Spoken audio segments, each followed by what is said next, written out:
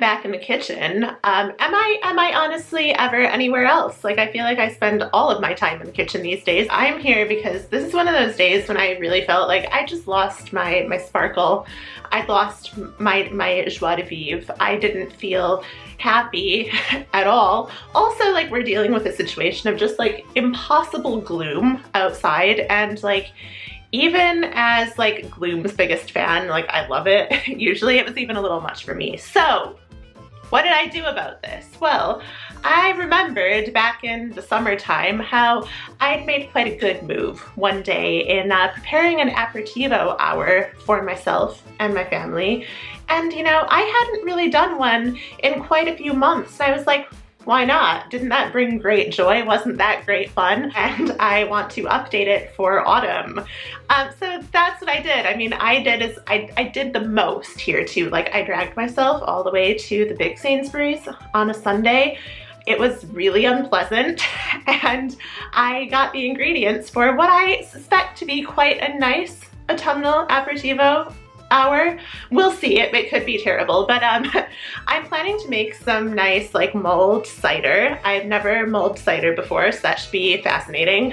And then I had this like brilliant idea to try to like roast a whole pumpkin with some garlic, you know, really make it beautiful, make it aesthetic. And then I was like, you know what? No. Instead, I got the pre-cubed butternut squash and sweet potato because I was like, I'm lazy. I don't want to do any more than I have to. No chopping. Definitely don't want to like chop a whole pumpkin. Like, do you know how hard that is? It's really hard. So yeah, this is what we're working with. I am gonna still try to like do that thing where you roast like a whole bulb of garlic. Like, I see people on TikTok do it all the time. Have not yet succeeded with it, but I think I can.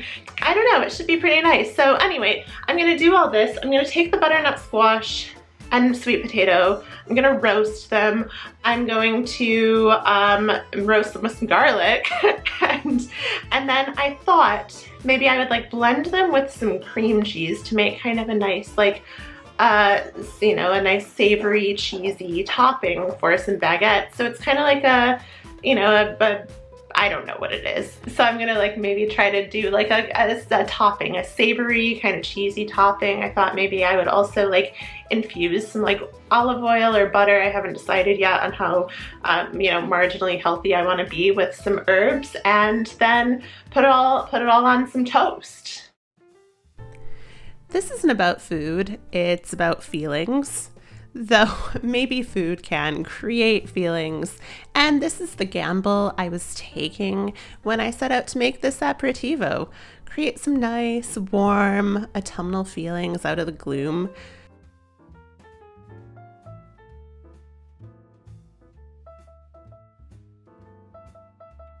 So the squash and the garlic in the oven to roast, I set about mixing cider, apple juice, brandy, cinnamon sticks, cloves and orange peel, and let them mull.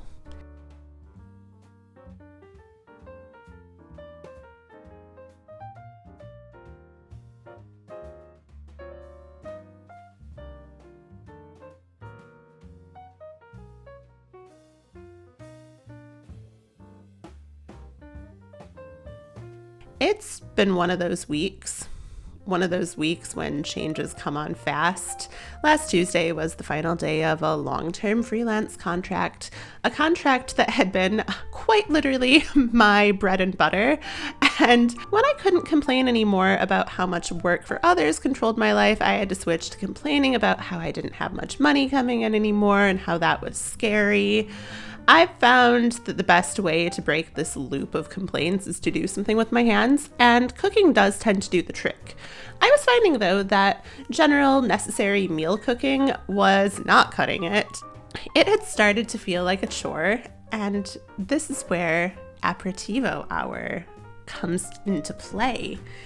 It's designed to be about pleasure and nothing but.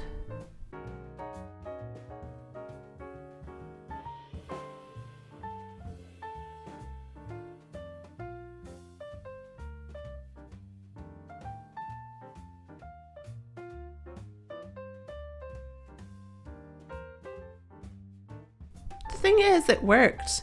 It did cut through the complaints, and by the time I was topping toasted baguette slices with butternut squash mixture and some herb-infused olive oil, I really felt like I'd done something nice, something with no purpose but to be nice. It wasn't needed, and in a week when I've been winding myself so tightly around executing all the right moves to serve my future, that turns out to be exactly what I needed.